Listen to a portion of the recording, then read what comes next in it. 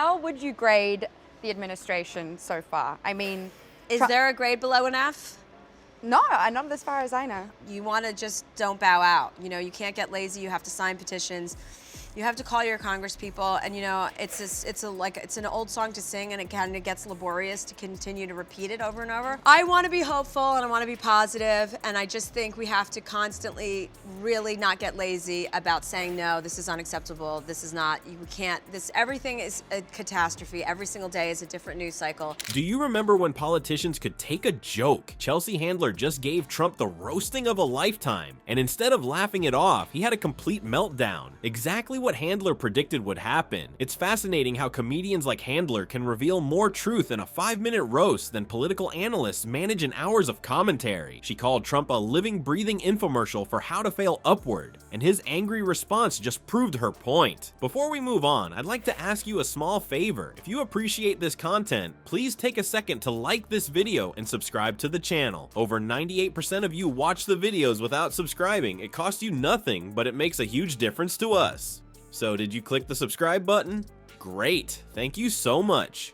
Now back to the video. Have you ever wished you knew what would happen if a stand-up comic went after the most easily hurt politician in America? Instead of just jabbing at Donald Trump, Chelsea Handler systematically demolished him. What the hey, there's a murder in this comedy. For deadly hits, Handler expertly zeroes in on Trump's most distinguishing characteristics, starting with his unmistakable orange glow. In her amusing description of him, she likened him to a human traffic cone, as if his strange skin tone were more than just a bad spray tan, and the public should take notice. When a former president dons the garb of a railroad barricade, it's clear that something is amiss. Okay, first on my list of favorite things about Trump, syphilis. The New Republic has a theory that Donald Trump may have contracted syphilis in the 1980s, around the time he looked like this. And Melania looked like this.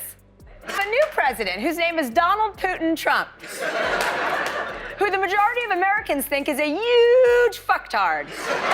According to WebMD, the symptoms of syphilis are Exhibit A, patchy hair loss. Exhibit B, visual problems and squinting. Nevertheless, Handler persisted. Her idea about Trump's unique hair color brought out her dark side as a comedian. She describes it as a tragic accident involving a self-tanner factory, an out-of-control leaf blower, and an Oompa Loompa. She claims that the spray tan was a complete failure. Just for a second, picture that chaotic scenario. Not only was the timing hilarious, but Trump's infamous vanity was the intended target of this calculated assault. Syphilis can also make you have paranoid thoughts, like the mainstream media is out to get you, or all Mexicans are rapists, or a black guy wiretapped your deluxe apartment in the sky. Go home, bye, go home to mommy.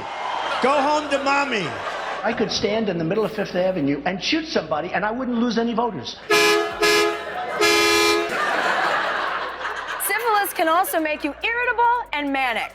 Don't be You're rude. attacking us. Can you give us a question? Don't be rude. Can you No, give I'm us not a gonna give you question? I'm not going to give you a question. Can you stay categorically? You are fake. The audience howled in response to each joke, proving that Handler possessed impeccable timing. The mental image she created was hilarious. I mean, who could not discover it? She proceeded to attack Trump's infamous hairstyle, and she spared no insults. According to her, his unusual hairstyle resembled a squirrel caught in a wind tunnel while clutching a family of blonde guinea pigs. That isn't just funny, it will stay with you forever. Handler's remarks were deliberately directed at Trump's image, which is his weakest weakness. It is said that this individual is constantly gushing over his attractiveness, and that self-portraits can be found all over the place. Cunningly, Handler cast doubt on the authenticity of his renowned mane, suggesting that it might be an elaborate burden that a very confused bald eagle calls home. The most impactful thing I've learned is that we're a country that is moving forward and that needs to continue moving forward, and that we cannot move backwards. And that's what Donald Trump represents, and he represents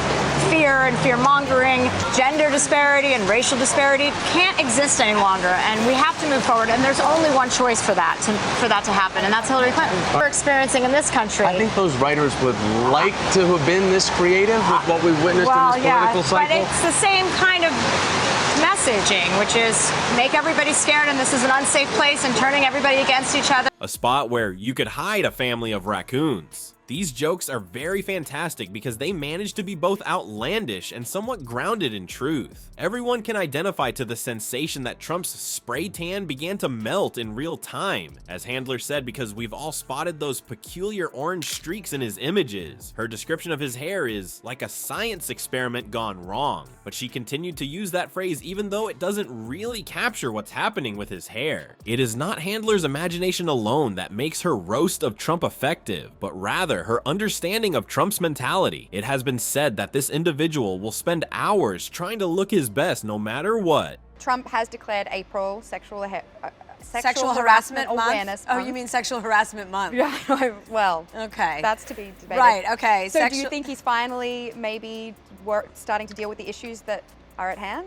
I mean, I can't even imagine what the circumstances that would have called for them to treat a man like that. Yeah, terrifying. Poor guy. Did you watch that video? I did. I saw it. It's traumatizing. It's really traumatizing, not only for him, for every single person on that plane. Yeah, yeah. But I think now is it's so much more important than ever to really be a voice of reason and be a voice of justice and defend people. It's just, there's no price tag on it. I want to be hopeful and I want to be positive, and I just think we have to constantly really not get lazy about saying, no, this is unacceptable, this is not, you can't, everything is a catastrophe. Every single day is a different news cycle. His unusual orange hair color and style catapulted him to stardom. Handler wasn't being playful when she repeatedly pounced on these traits. She was gently nudging the fragile ego that lurked beneath the fake tan. The enthusiastic response from the audience confirmed her plan. The audience's enthusiastic response to Handler's daring jokes created a positive feedback loop, motivating him to continue performing. Tearing up Trump's carefully crafted reputation piece by piece, this wasn't just comedy, it was a demolition job posing as entertainment. A strange dichotomy has always pervaded Trump's persona. He clearly puts a lot of effort into his appearance, but the outcomes are ridiculous. Expertly capitalizing on this, Handler used humor to highlight the gap between Trump's self-image and reality. She honed in on his concerns with ever greater comic timing. Trump looked like a tanning salon and a hair extension factory merged, according to Handler, who was barely warming up when he made those statements. She was doing what any good comedian would do, building up the suspense for the major blows that were to come. Trump is overly self-conscious about his appearance, even if he comes across as foolish, as she outlined the pattern prior to addressing more substantive charges. Once the cheers die down, this will be remembered as a brilliant illustration of humor as truth-telling. Handler did more than just attack Trump. She exposed his character flaws that made him completely unqualified for public service. When our former president became a punchline, how did he react in accordance with Handler's forecast? At Mar-a-Lago, Trump sought solace after her performance, where he was sure to craft a familiar tirade about radical leftist bum Chelsea Handler. It was clear that the man has a problem with humor, especially when it's about him. This is why comedians like Handler have been so successful in the field of political commentary.